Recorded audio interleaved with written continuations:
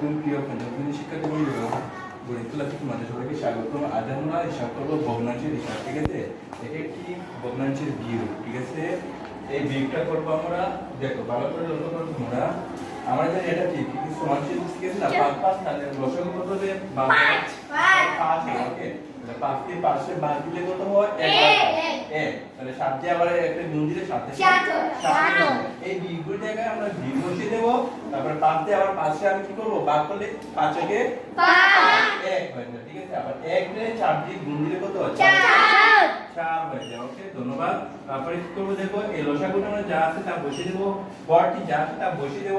এবার 7 থেকে 4 বিয়োগ করলে 3 হয়, ওকে? 3 হয়ে যায়, ঠিক আছে? বুঝতে পারছো? এবার আমরা লক্ষ্য করে ভালো করে, এটাতে অনেক সময় প্রবলেম থাকে তোমাদের মধ্যে। এটা কিন্তু কি আর প্রকৃত বা মিশ্র ভগ্নাংশে সরি এটাকে কোনো লঘিষ্ঠ আকারে প্রকাশ করা যাবে